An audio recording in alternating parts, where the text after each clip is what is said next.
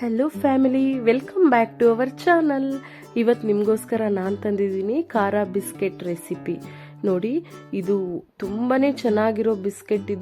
ಇದರಲ್ಲಿ ಖಾರ, ಸ್ವೀಟ್ ಎಲ್ಲನೂ ಇದೆ. ತುಂಬಾ ಚೆನ್ನಾಗಿದೆ ಇದು. ನೀವು ಒಂದ್ಸಲ ಮನೇಲಿ ಟ್ರೈ ಮಾಡಿ ಹೇಗೆ ಬಂದಿದೆ ಅಂತ ನೋಡಿ. ಎಷ್ಟು ಕ್ರಿಸ್ಪಿಯಾಗಿದೆ. ನಮಗೆ ಯಾವ ಬೇಕ್ರಿಲೂ ಕೂಡ ಇಂಥ ಬಿಸ್ಕೆಟ್ ಸಿಗೋಲ್ಲ. ಮೊದಲಿಗೆ ಇದಕ್ಕೆ ಮೈದಾ ಹಿಟ್ಟು, ಗೋಧಿ ಹಿಟ್ಟು ಹಾಗೂ ಸಣ್ಣದಾಗಿ ಕಟ್ ಮಾಡ್ಕೊಂಡಿರೋ ಹಸಿಮೆಣಸಿನಕಾಯಿ, ಇದು ನೋಡಿ ಮೆಲ್ಟೆಡ್ ಬಟರ್, ಇದು 100 ಗ್ರಾಮ್ ತಗೊಂಡಿದ್ದೀನಿ. ಮತ್ತು ಇದು ಕಾರ್ನ್ಫ್ಲೋರ್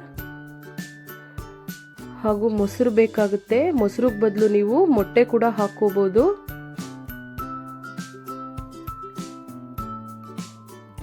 ನೋಡಿ, ಇದು ಸ್ಪ್ರಿಂಗ್ ಆನಿಯನ್ಸ್ ಸಣ್ಣದಾಗಿ ಕಟ್ ಮಾಡಿ ಇಟ್ಕೋಬೇಕು.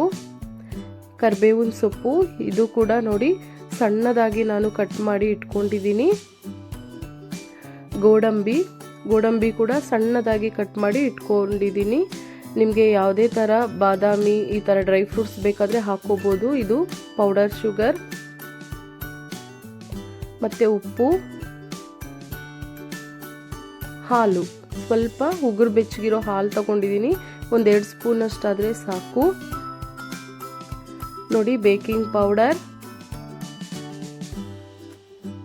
ಬೇಕಿಂಗ್ ಸೋಡಾ, ಡ್ರೈ ಈಸ್ಟ್, ಇದು ಬ್ಲ್ಯಾಕ್ ಜೀರಾ, ನಿಮಗೆ ಅಂಗಡಿಲಿ ಕೇಳಿದ್ರೆ ಸಿಗುತ್ತೆ, ಚಿಲ್ಲಿ ಫ್ಲೇಕ್ಸ್. ನಾನಿಲ್ಲಿ ಸ್ವಲ್ಪ ಹಚ್ಕಾರದ ಪುಡಿ ಕೂಡ ಬಳಸ್ಕೊಂಡಿದ್ದೀನಿ. ಇದು ಎಳ್ಳು, ಬಿಳಿ ಎಳ್ಳು ತಗೊಂಡಿದ್ದೀನಿ. ನೋಡಿ, ಮೊದಲಿಗೆ ನಾವು ಸ್ವಲ್ಪ ಬೆಚ್ಚಗಿರೋ ಹಾಲಿಗೆ 1/4 ಸ್ಪೂನಷ್ಟು ಈಸ್ಟ್ ಹಾಕ್ಕೊಂಡು ಸಕ್ಕರೆ ಪುಡಿ ಹಾಕ್ಕೊಂಡು ಕಲಸಿ 10 ನಿಮಿಷ ಇದನ್ನು ಸೈಡಲ್ಲಿ ಇಟ್ಕೊಳ್ಳೋಣ. ನಾವು ಈ ಪ್ರೊಸೀಜರ್ ಎಲ್ಲ ಮಾಡೋ ಗಂಟ ಅದು ಫಾರ್ಮ್ ಆಗಿರುತ್ತೆ. ನೋಡಿ, ಇವಾಗ ಮೊದಲಿಗೆ ಒಂದು ಮಿಕ್ಸಿಂಗ್ ಬೌಲ್ ತಗೊಂಡು ಮೆಲ್ಟೆಡ್ ಬಟರ್ ಹಾಕ್ಕೊತಾ ಇದ್ದೀನಿ. 100 ಗ್ರಾಮ್ಸ್ ಬಟರ್ ಇದೆ ಇಲ್ಲಿ, ಅದನ್ನು ಮೆಲ್ಟ್ ಮಾಡಿ ಇಟ್ಕೊಂಡಿದ್ದೀನಿ.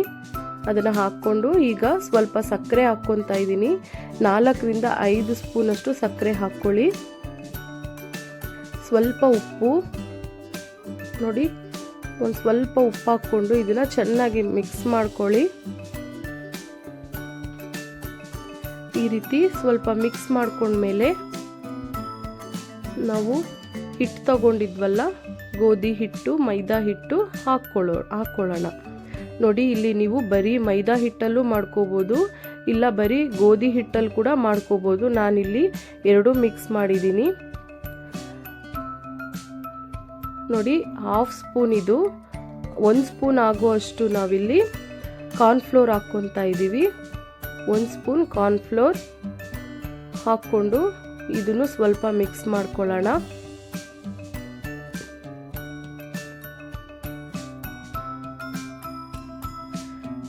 ನೋಡಿ, ಈ ರೀತಿ ಚೆನ್ನಾಗಿ ಮೊದಲಿಗೆ ಮಿಕ್ಸ್ ಮಾಡ್ಕೊಳ್ಳೋಣ.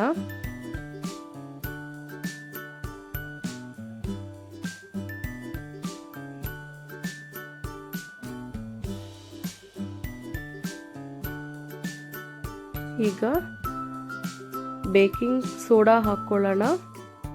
ಇದು ಅಷ್ಟೇ 1/4 ಸ್ಪೂನ್ ಅಷ್ಟಾದರೆ ಸಾಕು. ನೋಡಿ, ನಾನು ಸ್ಪೂನ್ ತಗೊಂಡಿರೋ ಸ್ಪೂನ್ 1/4 ಸ್ಪೂನ್ ಅಷ್ಟಾಗುತ್ತೆ. ಸೊ 1/4 ಸ್ಪೂನ್ ಅಷ್ಟು ಬೇಕಿಂಗ್ ಸೋಡಾ, 1/4 ಸ್ಪೂನ್ ಅಷ್ಟು ಬೇಕಿಂಗ್ ಪೌಡರ್ ಹಾಕ್ಕೊಳ್ಳೋಣ.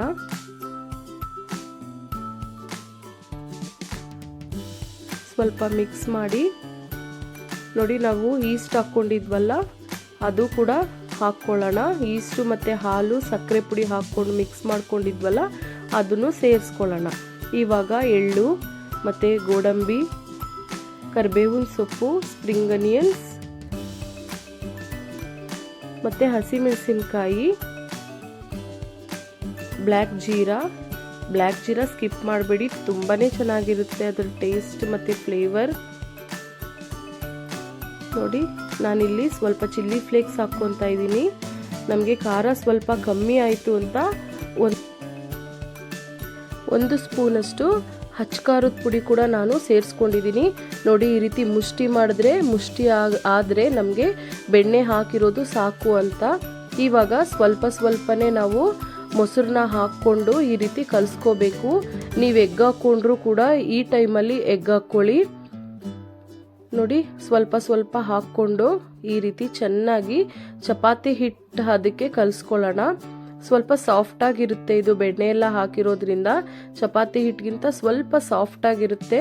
ನೋಡಿ ನಾನು ಎಲ್ಲ ಮೊಸರು ಹಾಕ್ಕೊಂಡು ನೀಟಾಗಿ ಕಲಸಿ ಇದನ್ನು ಒಂದು ಅರ್ಧ ಗಂಟೆ ರೆಸ್ಟಲ್ಲಿ ಬಿಡ್ತೀನಿ.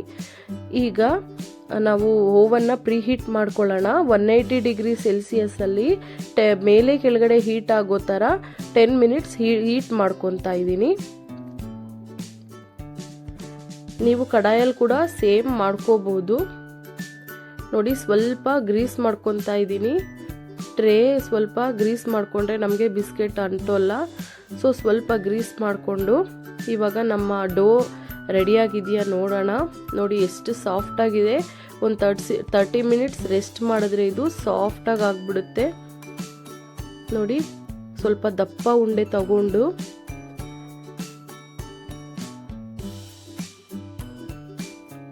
ಈ ರೀತಿ ಶೆಲ್ಫ್ ಮೇಲೆ ನೋಡಿ ಸ್ವಲ್ಪ ಹಿಟ್ಟು ಹಾಕ್ಕೊಂಡು ಈ ರೀತಿ ನಾವು ಚಪಾತಿ ಥರ ಲಟ್ಟಿಸ್ಕೊಳ್ಳೋಣ.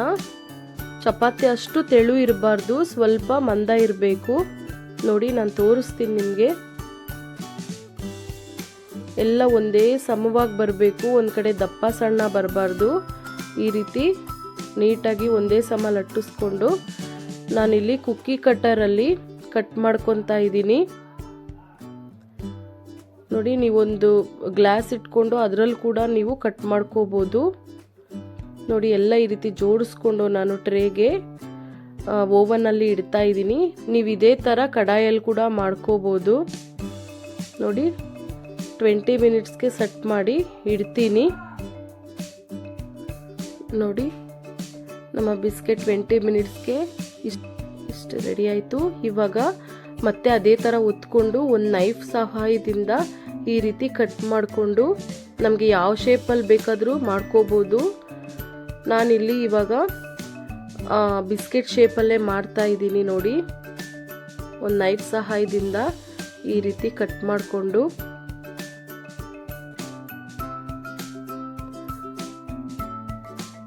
ಒಂದು ಫೋರ್ಕ್ ತಗೊಂಡು ಈ ರೀತಿ ಎಲ್ಲದಕ್ಕೂ ಈ ರೀತಿ ಡಾಟ್ ಮಾಡಿದ್ರೆ ನಮಗೆ ಉಬ್ಬಿ ಬರಲ್ಲ ಬಿಸ್ಕೆಟ್. ನೋಡಿ ಎಲ್ಲದನ್ನು ಮತ್ತೆ ನಾನು ಟ್ರೇಗೆ ಜೋಡಿಸ್ಕೊಂಡು ಸೇಮ್ ಹಾಗೆ 180 ಡಿಗ್ರಿ ಸೆಲ್ಸಿಯಸ್ಸಲ್ಲಿ 20 ಮಿನಿಟ್ಸ್ ಎಲ್ಲದನ್ನು ಬೇಕ್ ಮಾಡಿ ತೆಕ್ಕೊಂಡಿದ್ದೀನಿ. ನೋಡಿ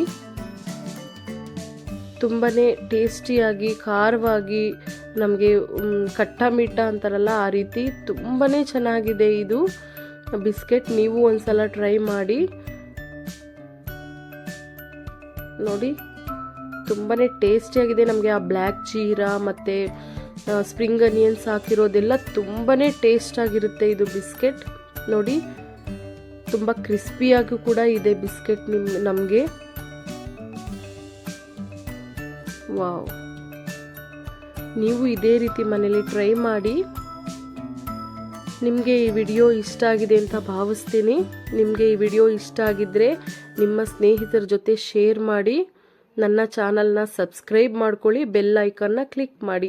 ಪೂರ್ತಿ ವಿಡಿಯೋ ನೋಡಿದ್ದಕ್ಕೆ ಧನ್ಯವಾದಗಳು.